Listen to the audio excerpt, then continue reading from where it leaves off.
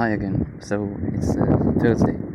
I'm not high or anything. I'm in Agadir, so I can't record at home. I'm actually outside. So I'll try to speak in a low voice because I don't want people to hear me.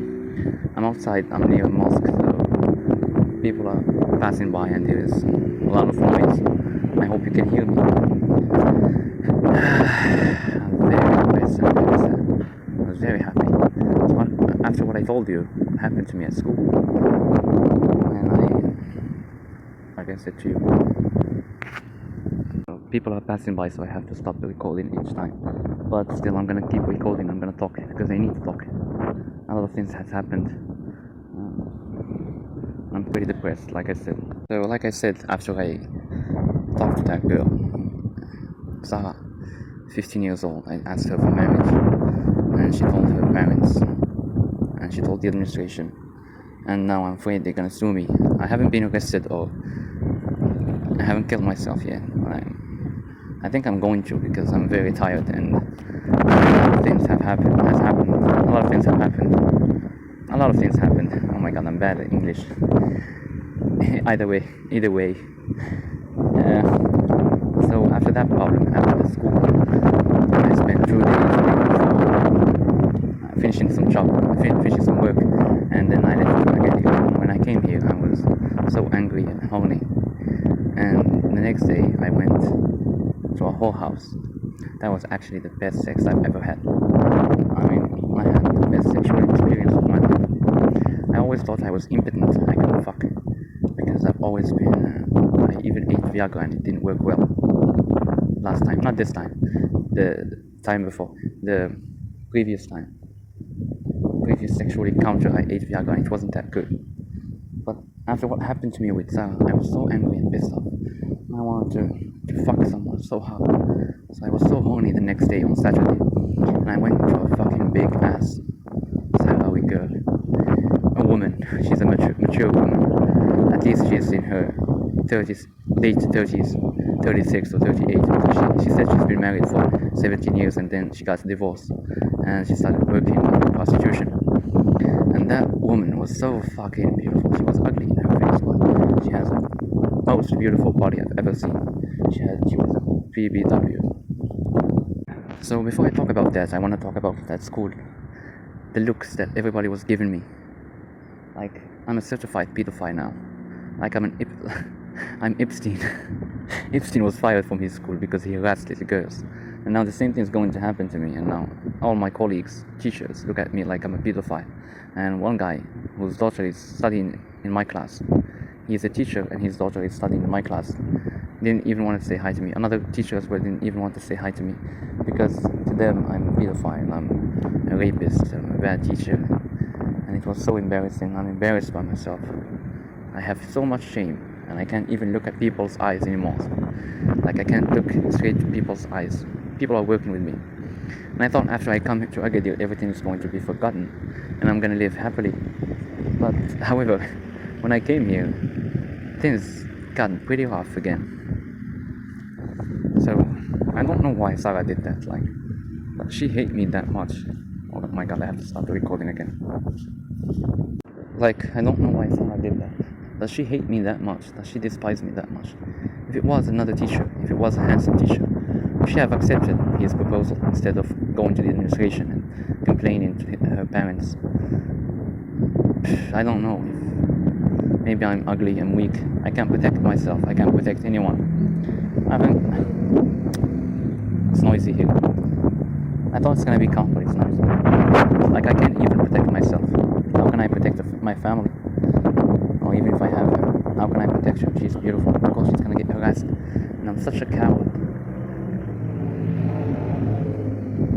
I'm a coward who's scared of everything. I'm scared of myself. I don't want to go to jail. I'm scared of people. I'm scared of kids. I'm getting bullied at school. I'm getting bullied in my life. I told you about the problem I had in the mosque with that old person. Oh my god, such a noise. I can't even concentrate.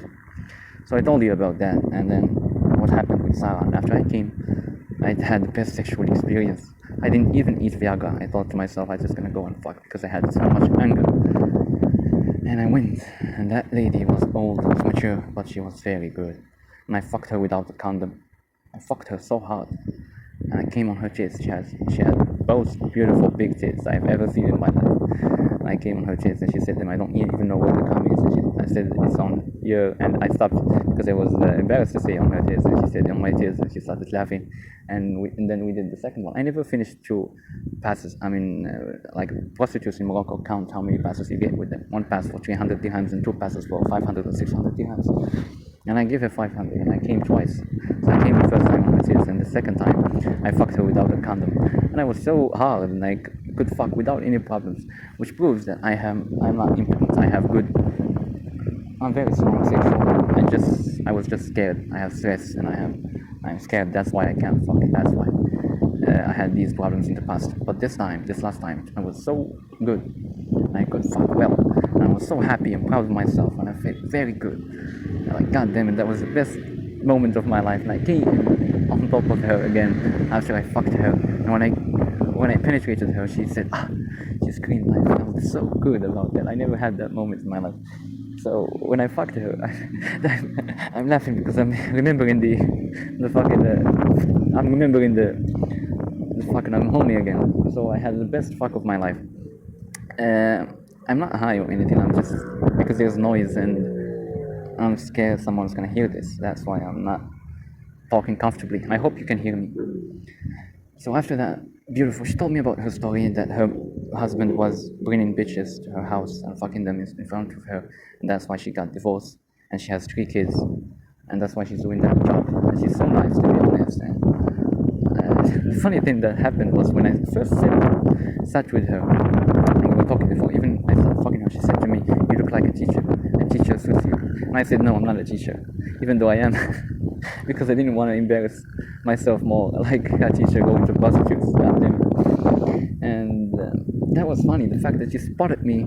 Do I look like a teacher? I don't know. I'm not sure that I look like a teacher. I dress bad. I'm not good at choosing my outfits. I wear bad clothes, so I don't look like a teacher. Still, she smelled that.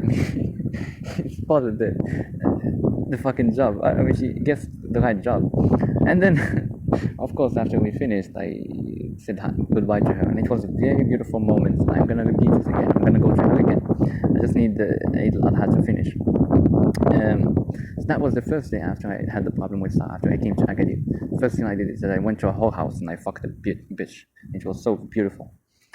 That night I went out and smoked a joint, and then so that's what happened for the next 2 days. And then in the second day, after I came to Agadir, it was Sunday or Monday. I couldn't record because, at home someone might hear you and they understand English, my brothers. I don't want them to know about these stuff. I'm not sure yet if I'm gonna get arrested for what I've done in Redis, because I have harassed a girl. I didn't harass her, Sarah. I just asked her for marriage, and I told her that I love her, and she did that to me. I don't know why. I said to her I'm gonna marry her when she grows up. I didn't say anything about no, but I'm a pedophile. I'm ashamed of myself. I'm ashamed in front of everyone. And today is Thursday, that's why I'm fucking recording, and that's why I have all these bad thoughts again. So that was normal. It wasn't something great. It was great. The sexual experience was great, but I don't think that's the main thing I want to talk about. What I want to talk about is what happened afterwards. Like, we have neighbors who are very bad. Like, they do drugs, they eat pills, kharoubi, and they smoke joints, and they bring bitches to their houses. There are 3 kids, well, men, they're not kids anymore, so like they are 24, 25, twins, like 1 twins and 2 boys, and another brother who is an older brother who is younger than me, but he's so big and strong that you would think he's older than me. I'm 30 years old. I think he's 29 or something like that, 28, but he's so strong and big. And the other 2 boys are thin, but they are very strong, and they have scars all over their bodies because they fight a lot with knives and stuff like that. So they are delinquents, They are the type of people you don't want to mess with, because they always fight with each other. And one night, one of them went out of the house and hit something. I think he broke the glass of the car of his dad. Imagine, he broke the glass of the car of his dad, because they fight with each other all the time.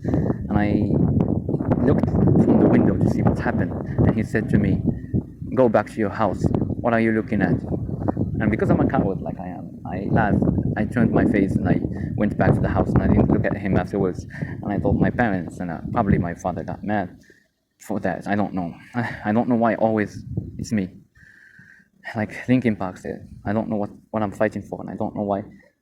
I know I'm always the wrong one. Even when I came to Agadir, problems didn't stop. They follow me whenever I go. It's like weird, man. I don't know what I did wrong, but wherever I go, whatever I do, problems follow me.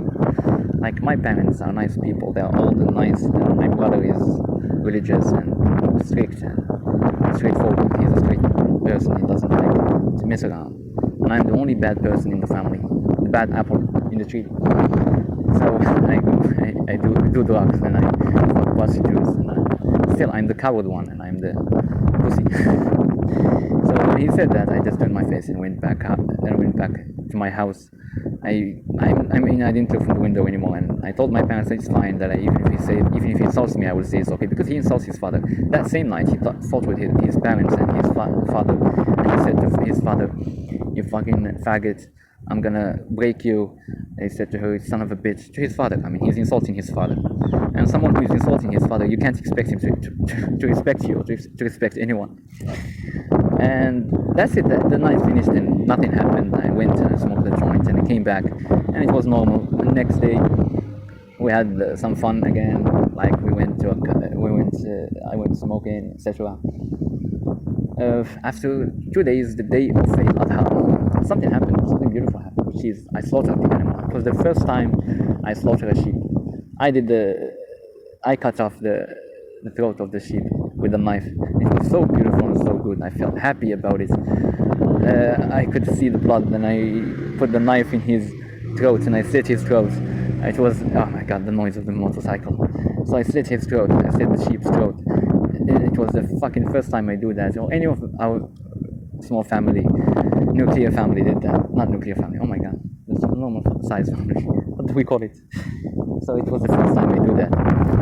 And my mom was proud of me, and I was proud of myself. And when we came down back, I told my father that they drew a knife on his car. They drew it, when the car has dust on it. So kids play and they drew a lot of things, and they drew 2 knives on my father's car. And he thought that maybe it's our neighbors.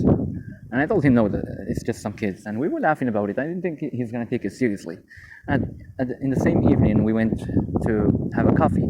When my brother invited us to Agadir Bay to have some coffee. And we spent a good evening laughing and enjoying, and we went to the beach and we saw some things. And then when we came back, we found our father in the street. And my car, the car of my brother, he was going to park in his usual place, and there was another car there. It was a car of the neighbors, the big brother of the neighbors. And my father said a bad word, said which is these not motherfuckers. He said, "These bastards." It's like bastards, it's not bastards, but something close to it. I don't know how to translate skins. That it's the car of these people in a bad way. He said it in a bad way. And the older brother respected us, and he didn't answer my father, and he went and he removed the car. And he was nice, to be honest. That was a good gesture. And then my brother parked in his usual place. Suddenly I went to my room to put my things down, to take off my clothes, change my clothes and stuff. And then I heard noise outside. When I came outside, I saw my father talking to one of the twins. He was a good twin, nicer twin. They are both bad. Just one has a lot of scars and he fights a lot, and the other is a better person. Like, he's not a better person. He fucks prostitutes as well, and he do drugs, and he fights with his parents as well. At least he's not that bad. And my father was talking to him to remove his motorcycle from the door, in front of the door. And the boy said to him, "The street doesn't belong to your father." He said it to my father in front of me. And I couldn't protect my father. My father is an old person. My father was screaming and he was shouting at him. And instead of me protecting him, and then he said to him, "Why are you talking like that? I'm going to set you on fire." He said to my father, "I'm going to set you on fire in front of me." And what did I do? I started calming him down. I started telling my father to go to the mosque. And I told that delinquent that we are neighbors and please just stop this. And nothing happened. And I begged him to not do anything do not say anything bad to my father and stuff. I couldn't protect myself. I couldn't protect him because I'm weak. And I'm a coward. My older brother, didn't even come out of the room. He said that he gets very angry and he might hit him. That's why he didn't get out of the room. And I kept talking to them and said to him that the man is like your father. You can't say that to him, etc. He said to me he should at least know how to talk. And at the end, his mother came out and she said to the crazy twin, don't come down, don't go. He was in the rooftop. She said to him, don't come down and go join the fight. She said to the father to stop him from coming down. I don't know if I'm making any sense because I don't know how to tell the story in English. I'm an English teacher. I'm a teacher of English, but I can't tell the story. So what happened is that she told the crazy brother not to come down, and then she said to my father, if you want trouble, we're gonna give you trouble. I hope God gives you trouble. And the boys kept saying to him that if you're looking for trouble, and I couldn't even say a bad word. I just kept calming them down like I always do. And then and then everything finished. And when we went talking between us in the family, my brother said that he's gonna beat them all. He's strong. And he said to me, do you remember one time when we had a fight with the fat guy? And that time was embarrassing. My brother got humiliated and he started begging to just get out of that problem. And he acted like he was the winner there because he has an ego that I don't have. Even though I don't think he can beat them. He's weak, like me. He said to me, you don't know what I've been through. I'm strong. I can beat them all. And I said to him, no, you can't. Maybe because I'm a coward. Because he's confident and he has an ego, but I don't. And he said to me, then he said to my mother. My mother was proud of him and she looked down on me, like always, because he's a big brother and she trusts him.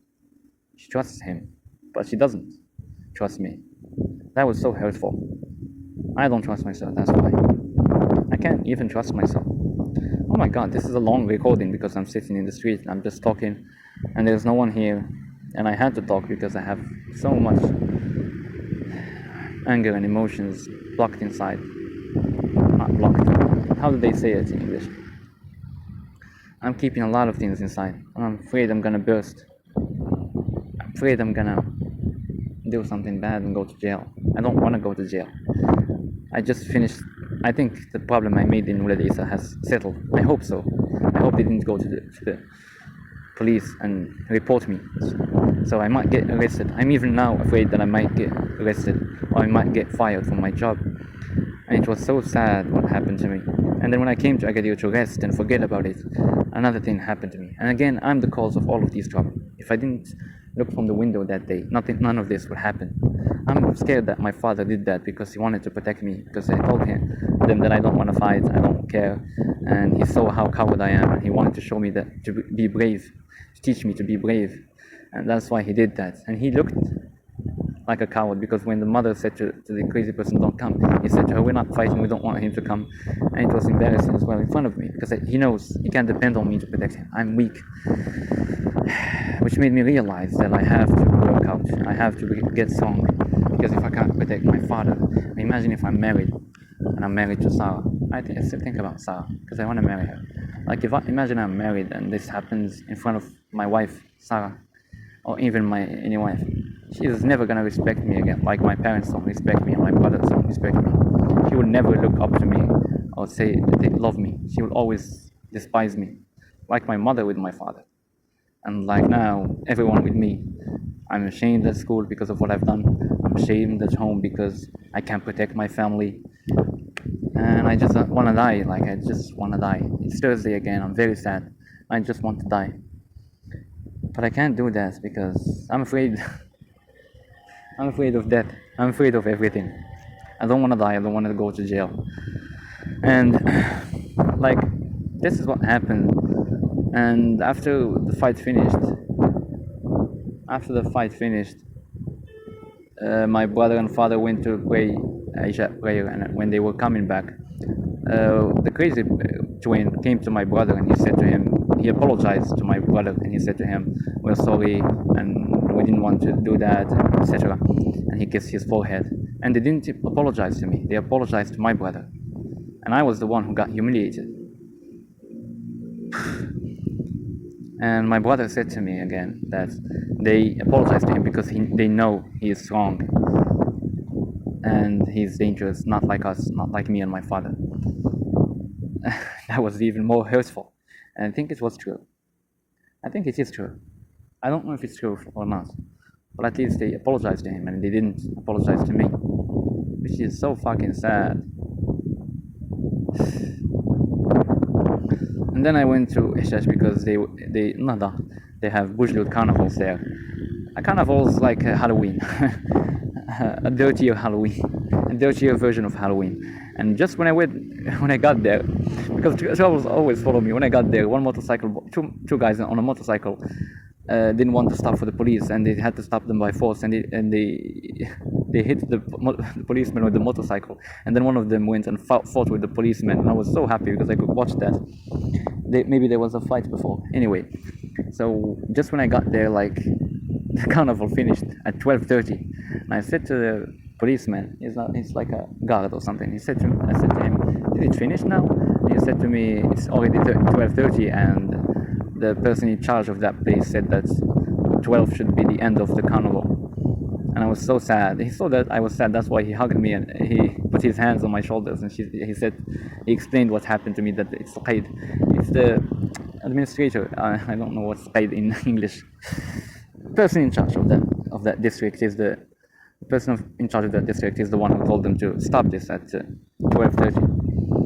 And I came back and I didn't watch anything, but I saw a lot of asses again, and a lot of girls with big asses, and I'm horny again, and I want to fuck. I just want to fucking eat and sleep. I don't want to do anything. I don't want to go to jail but I might get arrested. I might kill myself. I don't know. I'm still in doubt. That's it. A lot of things happen. I'm very depressed and sad.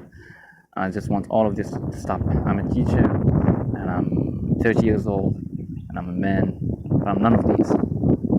Like, these stories I tell you are evidence that I can't be any of these. I'm so weak. I'm a coward. I get bullied at my house, at my school. I'm ashamed. I made a huge mistake. I'm an Epstein predator now. I'm a predator. Like Epstein. Like the Prophet married a 9 years old, and he did nothing wrong about it. He did nothing wrong. He asked a girl for marriage, and he married her at 6, and he couldn't fuck her because she was so young. So he waited 3 years before fucking her at 9. Aisha. So why the fuck now, when I did that, me? Well, of course you're gonna say you're not like the Prophet. He was a strong leader, king, legend. But still, if it was something wrong, he wouldn't have done it. This is for Muslims who believe in him as a prophet. I can't believe in him as a prophet. Even if I want to, I won't be able to, because I don't believe in God. I don't think God exists. But like the Prophet, if he was here, he would be an Epstein. Like me now. I asked a 15 years old girl to marry me, and now I'm an Epstein, and I'm ashamed that everyone is looking down on me, and I might go to jail. Like, what the fuck is this life now? Oh my God, I'm talking about too many things. Like, I'm afraid, I'm ashamed. I think I'm gonna stop recording. Oh my God, 30 minutes. Jesus Christ. I had a lot of things to say. I'm not high. I had to talk because I'm gonna explode. I'm gonna burst out. I don't want to have that anger burst out again. Even though I was bullied as a kid, I was getting slapped by my classmates and my students in middle school, and I couldn't fight back. I never could fight back, and this is what my brother told me, that you should at least fight back, protect or defend yourself. I can't even defend myself because I just want to live peacefully, and I'm a coward for that. I'm a peaceful person. I'm not a peaceful person. I'm a coward, to be honest. Well, what's the difference between a peaceful person and a coward? It's like that quote that it's better to be a warrior in a farm than a farmer in a war. And I'm a farmer in a war. I'm a fucking farmer in a war. That's the truth. I'm a weak coward, and I'm gonna change that. So all of this criticism, I criticize myself now. It's just for me. So I hope no one listens to this because I'm embarrassed by it. But what I'm gonna do is I'm gonna start making myself strong. I'm gonna work out. Now I know that working out and getting stronger is not fucking an option. It's a duty. It's an obligation. I'm gonna get strong, so when something bad happens, I can defend myself. I can defend my family. I can defend my family and protect my family. I don't want to stay like this. Because if I stay like this, it's just so fucking bad. Shameful. Anyway, that's it. I'm gonna go home now. I recorded in the streets now, and I don't think the recording is gonna be clear. My voice is gonna be understood. and I don't have that good of an English, which is something else I'm gonna improve. I'm trying to record these recordings just to improve my English, and I'm gonna have a British accent, even though my mouth is not that good. This is how I was born. I was born with an underbite, and my teeth are all broken and disgusting. Oh, fuck! Stop criticizing yourself. You see, I think that it's all about the mindset. Before fucking that girl on Saturday, I always thought that I am weak sexually and I can't even get an erection. I thought I had erectile dysfunction, and I was ashamed of that as well. I was fucking terrified of not being able to perform at that. But when I went with that much anger and I fucked that bitch, that prostitute, I went with a good mindset and I fucked well, and after that I was proud of myself. So it's all about the mindset. Because I say these things to myself, I stay a coward and I stay a weak person. But if I'm gonna work out and train hard and go back and sleep early, because I don't sleep at night, and I smoke weed and I drink alcohol and I do drugs and I eat ecstasy and other pills, because I do these things, I am weak. I'm gonna enjoy my life, but I'm not gonna live a bad, unhealthy life. I'm gonna start getting stronger. So it's all about the mindset. Once I have a good body, I can, of course, protect myself, and then my mindset will change. And then when I'm gonna improve my English, study English, and learn how to speak in a British accent, I'm gonna take courses of how to speak in a British accent. Of course, I'm gonna get proud of myself again. I'm gonna get confident again. And then when I get confident in speaking English in my job, and I get confident in my physical strength, of course, all these bad thoughts are going to be from the past, are going to be forgotten in the past. And I'm going to be a changed, new person once my finger heals. Because whenever I try to do sports, something happens to me. Like now, I have a broken finger and I can't fucking lift anything or do anything. You see, I'm not making excuses about what happened, because even if I didn't have the finger, I would be a coward. The broken finger, I would still have chosen not to fight. But again, if you fight, you can go to jail, which is what I don't want, what I'm afraid of. And same with sex. Now that I have fucked that girl, I feel horny all the time. It's like I have an internal Viagra. I don't need Viagra anymore. I ate Viagra once, and it wasn't as good as the last fuck I had on Saturday. Like I fucked without a Viagra, and I came twice. I never could come twice, even with the Viagra, and I came twice in this last time, which proves that it's all about the mindset. If I have a good mindset, if my brain functions well, of course I'm gonna have fun. I'm gonna get all the things I need. I'm gonna be proud of myself. I'm gonna be confident. Confidence is everything.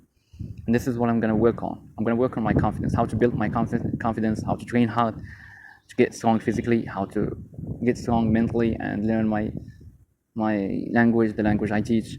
And of course, I'm gonna work out my principles, and not principles. I don't care about principles.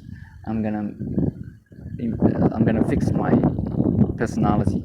I'm gonna remove fear from my personality, and fear is going to be removed if I do these things. If I work out hard, get strong physically, get strong mentally, and have a good mindset. This is what I plan to do. It's almost the summer holiday, so it will be difficult for me to record. I just came here today to talk to myself. I'm alone in an empty space, even though there's a lot of noise. I needed to talk because of all of what happened. I came to Agadir to rest, and look how it turned out.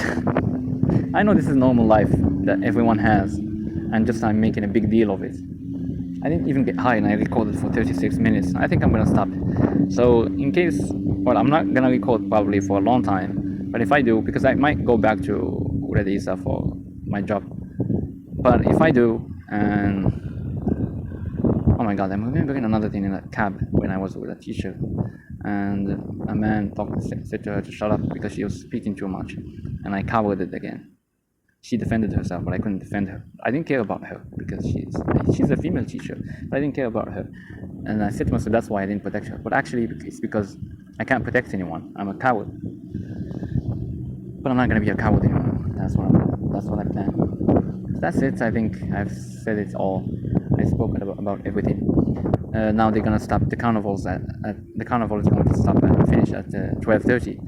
So I have to go early, 10:30. I'm gonna go to the carnival, smoke weed, and watch bitches with big asses, and enjoy the rest of the week. Today is Thursday. We have 3 days. So after I enjoy that, I think I'm gonna stop. Someone is here. So goodbye.